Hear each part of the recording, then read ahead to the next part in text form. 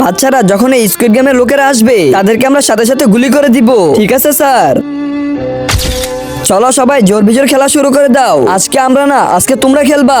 না, আমরা তো স্কুইড গেমের লোকেরা, আমরা তো খেলবো না, খেলবে তো তোমরা। আমরা বলছি তোমরা খেলবে, নয়তো তোমাদেরকে আমরা এক্ষুনি গুলি করে দিব। আরে ঠিক আছে, আমরা খেলতেছি, তোমরা গুলি করো না। ঠিক আছে, ওই চিঙ্কি তুই কি ওদেরকে গুটি দিয়ে আয়। জি স্যার, এক্ষুনি দিয়ে আসতেছি।